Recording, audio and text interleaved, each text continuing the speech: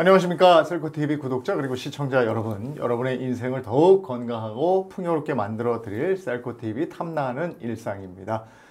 오늘은 정재훈 약사님 모시고 약에 관한 정보 또 재밌는 뒷얘기 한번 들어보도록 하겠습니다. 어서 오세요. 안녕하세요. 네, 잘 지내셨어요?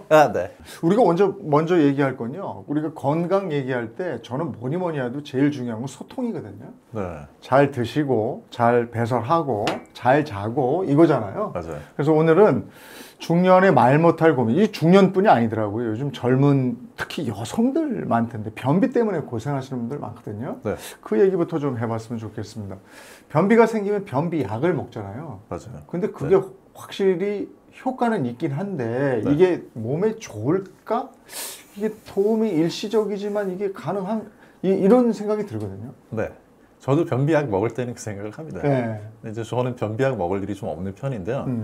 일단 변비약을 드신다고 그래가지고 그렇게 위험한 변비약은 많지는 않은데요. 오히려 이제 변비약 오랫동안 드시는 거에 대한 걸 걱정을 많이 하시는데 네. 그거보다는 제일 위험한 거는 장 청소를 한다고 좀 강력한 변비약 있잖아요. 네. 뭐 이렇게 물처럼 돼 있어가지고 한 번 마시면 그냥 바로 그런 변비약이 오히려 조금 더 위험합니다. 변비약을 강력한 걸 쓰게 되면 그러면은 수분하고 전해질, 미네랄이 빠져나가거든요. 그러면 균형이 좀 몸에서 깨져가지고 그로 인해 가지고 이제 뭐 심장이라든지 이런 데 문제가 생길 수 있어요. 그래서 오히려 변비약을 오랫동안 먹었을 때 위험성보다는 그런 식으로 단기간에 너무 강력한 변비약을 쓰는 게 습관이 되면 더 위험해요. 변비의 가장 뚜렷한 원인은 뭡니까? 변비가 왜 생기는 겁니까? 일단 나이 들면서 생기고요. 그 다음에 아까 여성분들 말씀하셨잖아요. 우리나라에서는 대표적으로 변비약을 사러 약국에 오시는 분들은 뭐 거의 한 70% 이상이 여성인 것 같아요. 뭐 많게는 한 80%까지. 제1 원인은요. 적게 드셔서 그렇습니다. 다이어트. 네. 그러니까 이제 여성이 많은 거에 이유 중에 하나는 적게 먹는 거랑 좀 관련이 되거든요. 적게 먹으면 변비가 생기기 쉽고요. 저도 그래서 다이어트 할 때는 변비가 오더라고요. 그런데 많이 먹는 사람은 변비가 생기기 힘듭니다. 밀어내야 되니까요. 그렇죠. 쌓일 수는 없으니까. 실제로 밀어내야 되니까 그렇고요. 또 한 가지는 많이 먹는다는 거는 장에서 소화 흡수를 다 못해요. 예를 들면 고기 어느 날 갑자기 많이 드시면 고기 먹고 나서 화장실 가면 좀 냄새가 이상해지잖아요. 그게 무슨 얘기냐면 소장에서 그걸 다 소화 흡수를 못하고 대장까지 찌꺼기들이 내려가는 거죠. 그러면 그 고기를 미생물들도 장에서 먹고 그게 독해지는구나. 그렇죠. 평소하고 좀 다른 가스가 유발이 되니까 그러니까 그런 식으로 너무 많이 먹게 되면 그 소화가 되지 않은 음식물들이 대장까지 가니까 그것들이 미생물 발효가 되면서 장 운동을 촉진해 가지고 변비는 생기기가 좀 어려운 거죠. 근데 변비약이 저는 뭐 둘코 뭐라고 하는 변비약 대표적으로 알고 있는 거고 뭐 종류가 많더라고요. 근데 나한테 맞는 변비약을 어떻게 고릅니까? 그러니까 일단은 내가 지금 어떤 변비약이 필요한지를 생각해 보셔야 되는데 예를 들면 내가 급한 불을 꺼야 되겠다 할 때는 뭐 가장 급한 불을 끄는 것 중에 빠른 거는 관장약이 있잖아요. 그런데 이제 관장약 쓰는 것도 불편하니까 먹는 약 중에 효과 빠른 거는 아까 말씀하셨던 둘코 같은 거 이제 그거는 비사코딜이라고 하는 성분이 들어있는데요. 기본적으로 그런 약들은 장을 자극하는 변비약이라고 해서 이제 자극성 하제, 자극성 완화제 이렇게 얘기하거든요. 변비약을 완화제라고 잘못 알고 계신 분들이 있는데 이제 하제입니다. 밑으로 빠지게 한다고 해서. 근데 이제 자극성 그런 변비약 같은 경우에는 장 운동을 자극하는 거고요. 원리는 쉽게 말씀드리면 매운 음식에 예민한 분들이 뭐 매운 낙지 뭐 이런 거 드시고 나면 다음날 설사하잖아요. 그렇죠. 그거랑 같은 원리라고 생각하시면 돼요. 장에 자극이 되니까 장에서 이거 싫다. 빨리 내보내야 되겠다 하는 거죠. 그래서 이제 자극성 변비약 같은 경우에는 이런 상의 우려가 이렇게 계속 장 운동을 자극하는 건데 장에 좀 안 좋지 않을까? 라는 이야기가 나오는 거죠. 근데 지금까지 밝혀진 걸로는 이게 위험하다라기보다는 장기간을 사용하는 거에 대한 안전성이 입증이 안 돼 있다. 그래서 이제 매일같이 쓰는 건 좀 피하는 게 좋다. 이런 쪽으로 전문가들 의견이 모이고 있죠. 그 젊은 층, 아까 잘 안 먹어서 생긴 변비하고 중년 이후에 장 운동이 활발해지지 않아서 네. 장 운동이 뭐 젊었을 때 활발하겠지만 나이 들면 모든 기능이 떨어지니까 요때하고 변비약의 차이는 있는 거죠. 약의 차이는 사실 거의 없는데요. 없어요. 네. 근데 이제 중년이 되면 사실 통계를 보면은 절반 이상이 또 변비를 경험한다는 통계도 있고 하거든요. 뭐 이제 약간 차이는 있겠지만. 그래서 중년에는 변비가 너무 항시 문제가 있다 보니까 네. 아까 말씀드렸던 급한 때 네. 급한 불 끄는 변비약 말고 네. 매일같이 이제 먹을 수 있는 변비약을 처방을 받거나 또는 약국에서 사서 그런 게 있어요? 쓰게 되죠. 예. 삼투성 하제라고 그래가지고 가루로 있는데 물에다 타가지고 마시면 이게 흡수가 안 돼요. 네. 흡수가 안 되고 장까지 내려가니까 대장에서 물을 빨아들여가지고 그렇게 해서 이제 조금 변을 보기에 좋게 무른 상태로 만들어 주는 거죠. 이런 것들은 매일 드셔도 되고, 아, 그래요? 네, 장기간 드셔도 되고, 네. 심지어는 임신 중에 변비라면 그때 네. 드셔도 되는 이제 그런 안전한 약들입니다. 그리고 이제 변비 겪는 분들이 하도 많아서 변비 또 그와 관련해서 속설들이 많기 때문에 오늘 약사님 나오셨으니까 한번 풀어보도록 하겠습니다. 첫 번째가 변비약 먹고 살을 뺀다. 가능합니까? 이게 차면 바로 내보내니까 살 빠질 수 있다 이렇게 생각할 수도 있는 거거든요. 네, 거의 불가능합니다. 네. 그런데 왜 그러냐 하면 변비약이 작용을 하는 건 대장이거든요. 그런데 영양분은 이미 소장, 작은 창자에서 다 흡수가 됩니다. 그래서 대장에서도 물론 미생물이 이제 뭐 섬유질을 발효한다든지 이런 식으로 해서 약간의 칼로리가 만들어지고 네. 그래서 그게 흡수가 될 수는 있는데 영향이 이렇게 크지 않거든요. 그래서 변비약으로 빨리빨리 비운다고 해서 저울에 이렇게 달아보시면 줄죠. 근데 그거는 그냥 일시적인 거지 살이 빠진 건 절대 아닙니다. 두 번째 속설입니다. 물을 많이 마시면 변비가 나아진다. 이건 저도 경험상으로 그런 것 같은데요. 근데 물만 많이 드셔가지고는 안 되죠. 그러니까 이제 물만 하루에 뭐 물을 2리터를 드셔도요. 물은 사실 흡수가 많이 되면 소변으로 배설이 주로 되기 때문에 그래서 그 자체만 가지고는 효과가 있을 수 없는데 근데 물 많이 마시고 효과 봤다는 분들 계시잖아요.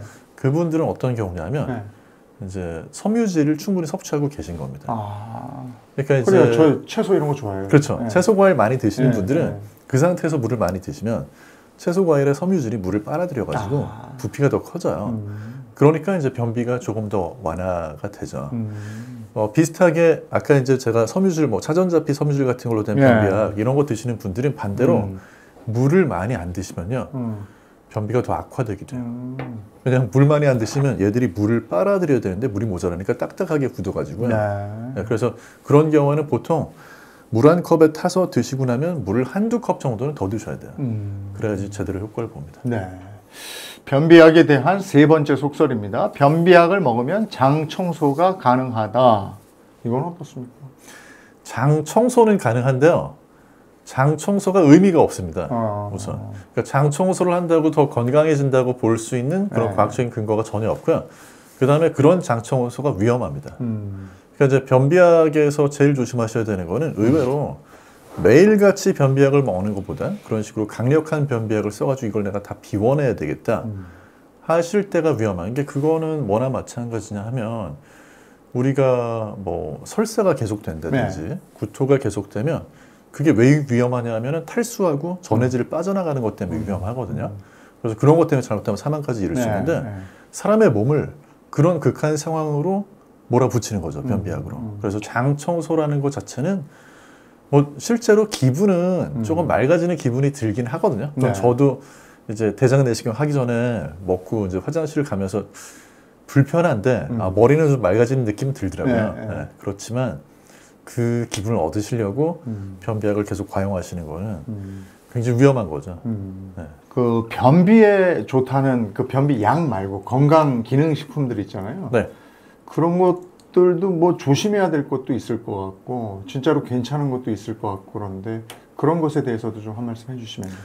일단은 해외에서 이렇게 뭐 직구나 이런 걸로 구입하시는 제품 중에 우리나라에서는 이제 위험하다고 그래가지고 허용 안 해놓은 성분들이 간혹가다 들어있는 경우가 있거든요. 그래서 그런 예를 들면 알로에 같은 경우에도 알로에도 뭐 변비 용도로 쓰는 경우가 있었는데 과거에 그 알로에 노란색 진액 뭐 이런 것들은 장을 자극하는데 장을 그냥 자극만 하는 게 아니라 장에 좀 위험할 수 있다. 그러니까 예를 들어서 이제 변비약 중에서도 어떤 천연물이어도 강력한 것들은 장점막을 지나치게 자극해가지고 그러면은 오히려 장점막에 좀 독성이 유발된다든지 하는 그런 위험이 있어가지고 그래서 그런 것들을 무턱대고 건강기능식품이라고 해서 다 이렇게 드셔서는 안 되고 다만 국내에서 그래도 식약처에서 허가해준 것들은요 우리나라 식약처가 되게 좀 그런 쪽으로 깐깐해요. 그래서 위험한 거는 뭐 거의 없다 이렇게 보셔도 될 것 같아요.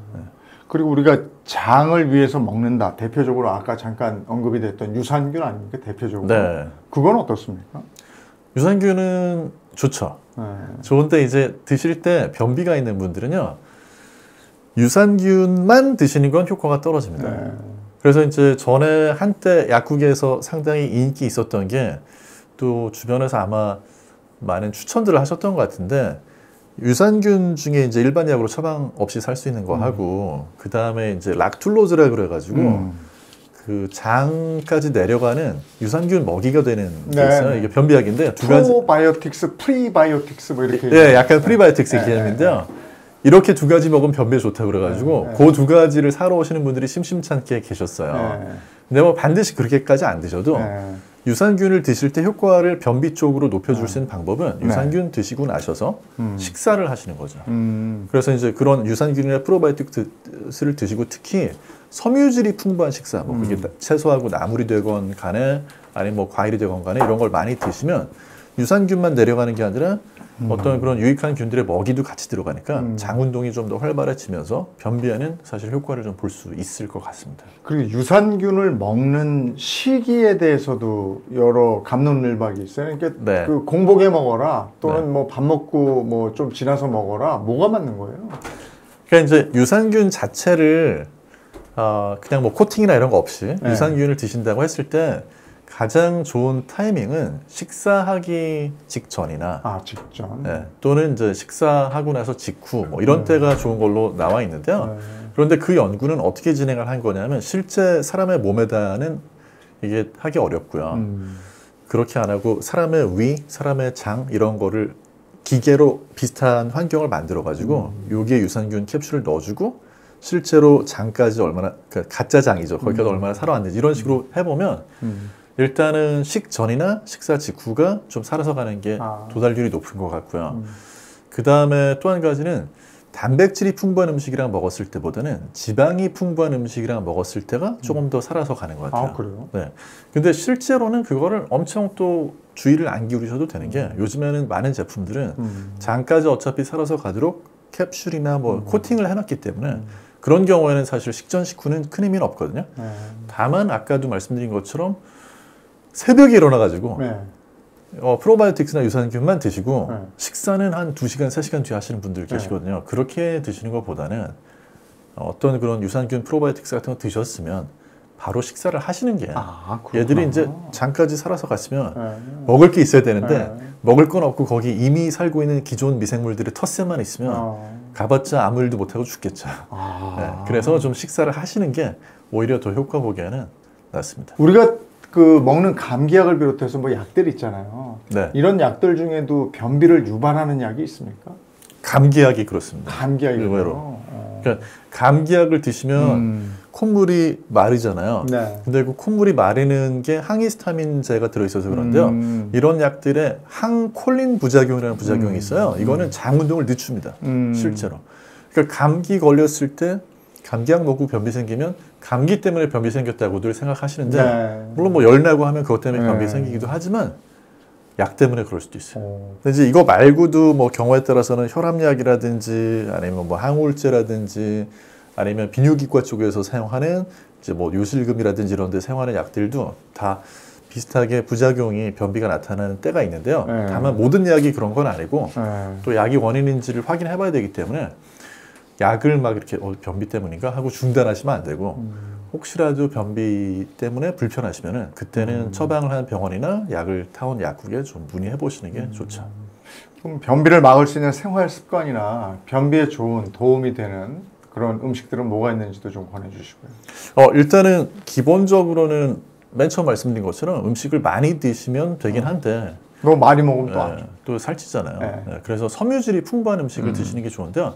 제가 이제 특히 강조하고 싶은 거는 의외로 채소하고 과일만 드셔가지고는 또 변비가 잘 안 없어지는 분들이 있거든요. 그건 뭐랑 관련이 되냐면 너무 곡물을 섭취 안 하시면 힘들어요. 그러니까 우리가 어떻게 생각해 보면 장에 살고 있는 미생물들이 맨날 밥 먹으면서 키운 애들인데 네. 어느 날 갑자기 다이어트를 한다고 밥을 안 먹는 쪽으로 가시면 뭐 밥이 현미밥이 됐건 백미밥이 됐건 간에 이 밥이 좀 소화가 안 된 그런 곡물이 소화가 안 된 것들이 장에 내려가면 그게 어떤 매트릭스 같은 구조물이 돼가지고 그 안에 미생물들이 가서 살기에 좋은 집이 되는데 이걸 안 먹으니까 아무리 채소 과일 많이 먹어도 속이 좀 이상한 거예요. 네. 그래서 그런 경우는 뭐 현미밥이 됐건 아니면 뭐 콩밥이 됐건 아니면 그냥 원래대로 백미밥을 심지어 드시든지 간에 밥을 좀 드시는 게 오히려 변비에 도움이 됩니다. 알겠습니다. 네. 말 못하고 답답한 변비 고민, 또 변비약을 먹으면 해결된다, 뭐 이렇게 알고 있었지만 우리가 또 생각해야 될 것들이 또 많이 있었습니다. 정재훈 약사님과 변비에 대한 얘기, 또 속설까지 다 알아봤습니다. 셀코TV 탐나는 일상, 정재훈 약사와 함께하고 있습니다. 오늘은 굳이 이 약까지 먹을 필요가 있을까 하는 약들에 대한 얘기를 나눠보려고 합니다. 굳이 먹지 않아도 될 것 같은 약 베스트 5예요. 먼저 5위부터 얘기를 해보겠습니다. 약사님 어떤 약입니까? 일단 5위는요. 네. 이게 사실 뭐 제가 다 정한 거라 순위가 큰 의미는 없지만 5위는 엽산입니다. 임산부는 일단 예외고요. 예외. 네. 그래서 엽산은 임산부는 드셔야 되고 가임기 여성분들은 드셔야 돼요. 말씀하신 것처럼 신경관 결손증이라고 하는 그런 이제 그 기형 유발 위험이 엽산이 부족하면 생길 수 있거든요. 네. 근데 우리가 임신이라는 게 또 계획을 하고 임신하는 경우가 많지 않고 네. 이거는 임신 초기에 중요하거든요. 처음 한 달에. 그러다 보니까 가임기 여성분들은 평소에 엽산을 권장합니다. 그래요? 네. 근데 이제 제가 지금 5위에다 엽산을 네. 뽑아놓은 네. 이유는 다른 분들, 특히 중장년 남성이 굳이 엽산을 따로 드셔야 될 이유는 별로 없어요. 네. 그럼 왜 그러냐면 일단 우리가 엽산 자체를 사실 식품으로 다 섭취를 할 수 있고요. 그래요? 네. 엽산은 말 그대로 뭐 나뭇잎 그 엽이잖아요. 그러니까 이제 이게 사실 채소, 과일, 채소 먹으면은 엽산이 거기 많이 들어있고요. 그 다음에 뭐 그게 아니어도 예를 들면 아침 식사로 뭐 시리얼을 드신다. 네. 그럼 거기도 엽산이 강화가 되어 있고 또 밀가루도 요즘에 보시면 그냥 밀가루도 있지만 영양 강화 밀가루가 많거든요. 밀가루에 엽산을 이미 넣어놨거든요. 그런 식으로 여기 왜 이렇게 강화를 해놓은 것들이 많냐면 사실은 가임기 여성분들한테 엽산 드셔야 된다고 얘기를 해도 챙겨서 못 드시는 분들이 있을 테니까 이미 식품에 좀 깔아놓는 거죠. 그러면 어느 정도 그런 강화 식품을 드시는 걸로 자기도 모르게 엽산이 보충이 되니까. 근데 이런 상태에서 일반적인 다른 성인이 엽산을 굳이 더 많이 드시면 물론 이제 연구가 진행은 되고 있지만 이게 오히려 위험이 증가한다. 예를 들면 엽산 과잉이 되네. 네. 엽산이 과잉이 되면 이제 심혈관계 위험이나 아니면 암 위험이 증가한다. 그래요? 네, 라는 이제 그런 연구 결과들이 조금 있어요. 그래서 이제 그런 연구 결과가 물론 이제 그렇다고 해가지고 완전히 입증이 됐다 이 정도는 아니거든요. 근데 굳이 그런 논란이 있는데 엽산을 내가 추가로 챙겨 먹어야 되느냐? 이건 아닌 거죠. 그래서 제가 5위로 엽산을 뽑았습니다. 알겠습니다. 네. 5위는 엽산이었고요. 4위는 뭡니까? 4위는요. 4위는 비타민 B6입니다. 이게 피리독신이라고 부르는. 네. 이거는 우리나라에서는 보도가 많이 안 된 것 같은데요. 이제 해외에서는 가끔가다 뉴스에 나와요. 이제 비타민 B6가 이게 왜 이런 차이가 벌어지냐면요. 우리나라에 비해서 해외, 특히 이제 북미 쪽에 고함량 비타민을 가지고 내가 더 건강해지겠다고 막 완전 막 메가 도즈로 해서 엄청난 양을 드시고 이런 분들이 많거든요.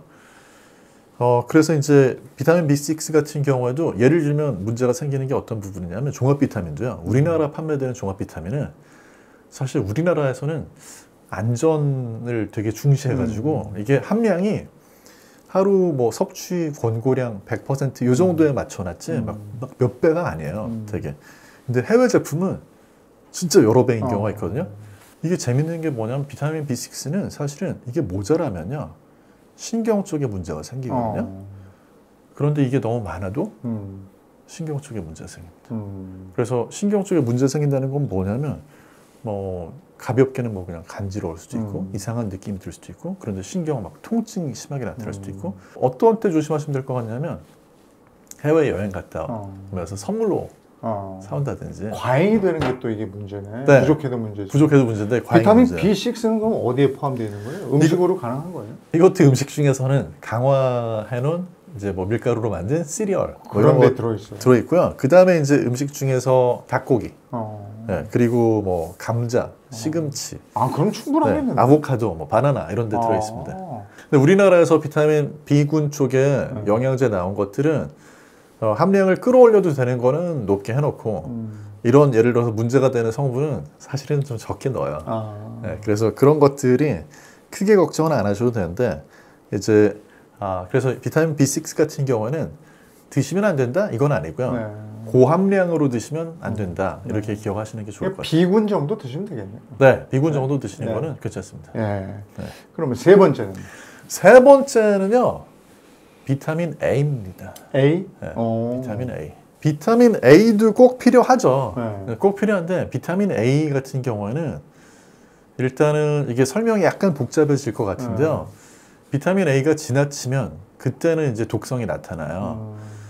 그래서 비타민 A 같은 경우에는 뭐 아시다시피 시력이 되게 중요하고 비타민 A가 모자라면 야맹증 생길 수 네. 있고 또 뼈가 자라는 데도 중요하고 면역에도 중요하고, 특히 면역에 중요하다고 그래가지고 코로나19 때는 또 비타민 A 먹어야 된다는 얘기도 많이 나왔었거든요.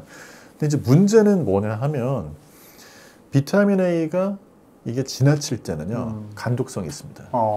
간독성 문제 외에도 이로 인해 가지고 골다공증 위험이 커지지 않을까 하는 우려가 있어요. 그래서 비타민 A 드실 때 비타민 D를 함께 먹는 게 좋다라는 얘기는 이제 거기서 나온 거고요. 보통 하루에 전에 쓰던 국제 단위 IU로 하면은 5,000을 넘어가게 되면 그때부터는 이제 그런 어떤 뭐 골다공증 위험이라든지 이런 게 증가할 수 있지 않느냐 이런 연구들이 있는데, 이것도 사실 국내에서 비타민제 드실 때 그렇게 크게 걱정은 안 하셔도 되는 게 종합영양제에 한 3,000 정도 들어있고요. 임신부들, 그러니까 임산부를 위한 그런 종합영양제에는 5,000까지 들어있거든요. 아, 그렇구나. 네. 보통 이제 하루에 10,000까지를 괜찮다고 얘기하는데 5,000 들어있으면 나머지 5,000은 식품으로 먹을 수 있다고 생각해서 이제 5,000 들어있는 건데요. 근데 아까 이제 그런 종합영양제 3,000, 그 다음에 눈 영양제에도 1,2,000이 들어있는 경우가 있거든요. 그러니까 자칫 잘못하면은 과잉될 수 있다. 과잉이 될 수 있죠. 그렇군요. 네. 비타민 A 같은 경우는 또 한 가지는 전에 이제 핀란드 쪽에서 90년대 거기 흡연자들 되게 많았거든요.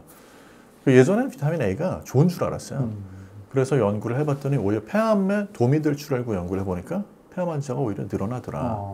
그래서 고함량은 안 되겠구나 이렇게 되어 있는 거고, 그래서 비타민 A에 대한 거는 우리나라에도 항상 설명서에 써 있는 게 고함량으로 이걸 섭취하게 됐을 때 흡연자는 위험할 수 있다. 네, 그런 주의가 들어 있습니다. 그렇군요. 네. 두 번째는 뭡니까? 두 번째는요, 비타민 A하고 함께 드실 수 있는 비타민 E. E. 네. 어. 이게 이제 비타민 A하고 E하고 재미있는 게, 사실은 아까 그 핀란드 연구가 비타민 A하고 E를 가지고 했습니다. 왜냐하면 이 두 가지가 원래는 어떻게 생각했냐면 암을 예방해 줄 수 있을 거다. 그러니까 암 위험을 낮춰줄 거다. 이렇게 생각을 하고 연구를 한 거거든요. 그런데 이제 핀란드에서 5년 동안을 추적을 했는데, 이거는 연구가 인과관계를 정확히 알 수 있게 한쪽에는 이런 항산화제 비타민을 주고 네.